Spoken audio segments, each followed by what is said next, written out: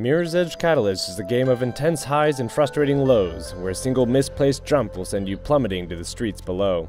Acting as both a reimagining and a prequel to the original 2008 title, there's clearly a more focused shift towards fleshing out the world and characters. It's clear a lot has changed, and most of this is to Mirror's Edge's benefit, as it delivers some truly intense rushes. Sadly, there are a few pitfalls on the way, but this didn't stop my enjoyment of unearthing Faith's past and exploring the beautifully designed world of Mirror's Edge Catalyst. To be clear, the world's design is the real star of the game. While it pulls from the minimalist design of the original, the use of color and geometry gives every single section a true personality. It's easy to discern which sections of the city you are in from the colors alone, but it's clear how much thought went into the placement of each building and walkway. This of course plays into the free-running traversal, as Mirror's Edge Catalyst never has just one way to get anywhere. In almost every situation, there are multiple ways to tackle a certain area, based on your own skill level and the equipment you've acquired so far. Free running through the City of Glass is simple and easy, requiring only a single button press to perform most of the actions. However, this can cause a few problems as the game will not always recognize exactly what movement you want to perform. This can easily mean life or death for someone trying to avoid a hail of bullets or beat a timer for some of the various challenge runs. This wasn't enough to deter me from trying to perform new and exciting tricks, as you always receive a steady progression of new moves and gadgets to test. This helps Mirror's Edge Catalyst continue to feel fresh, as there is always a new move for you to learn and master. Sadly, this didn't translate into the combat as effectively, which fails to deliver on a variety of fronts. Faith can perform quick and strong attacks, most of which can be done as she exits from various free-running abilities. While this does work when you need to run by guards to make an escape, Mirror's Edge has a bad habit of forcing you into full-on brawls with the police. This both drastically slows the pace of the game and highlights how ineffective the actual combat system is. There's no real nuance to it, and most fighting consists of the player just strafing in a circle, kicking wildly.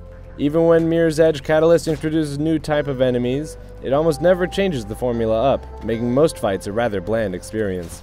Speaking of blandness, it's a shame that the majority of side activities are so uninspired. Sure, the map is littered with stuff to do, but none of this stuff is particularly meaningful.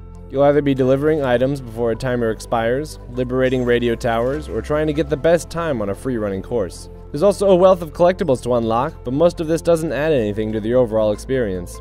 All of this is fun the first few times you do it, but it begins to grow incredibly stale as you progress through the game.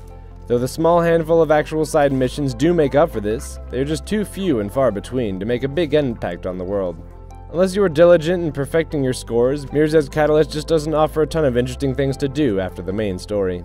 Thankfully, the main story missions are incredibly fun and varied enough to not make you feel like you're doing the same task again and again.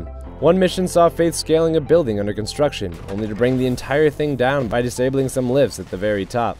Another had me breaking into an office building from the roof and climbing down via hanging art pieces in the lobby. It's all fun to play, and it's only when you are forced into the aforementioned combat areas that it grows tiresome. One of the best inclusions of that is runner's vision, which helps highlight in red which directions you should be going. Since many of Mirror's Edge levels are so open, having a helpful guide point you in the right direction is a welcomed addition. Another addition is this cast of characters and story itself. Though at times it falls into a rather predictable plot, I generally found myself invested into Faith's story and those around her. Each character has a vibrant personality that threatens to turn them into a satire of various tropes we've seen in science fiction before. Yet, they almost never cross into this area, with many of them feeling as if they are truly part of this bleak city.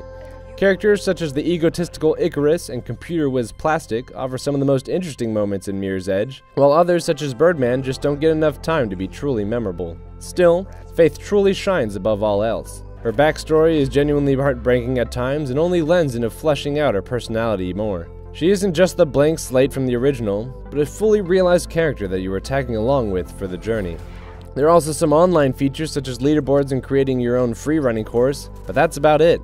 DICE did seem to take some inspiration from Dark Souls series, as you can leave markers around the world to help point people in the right direction, but these are not nearly as refined and are only useful for hunting collectibles. Overall, Mirror's Edge Catalyst is a fairly solid addition into what surely will be a large franchise for EA.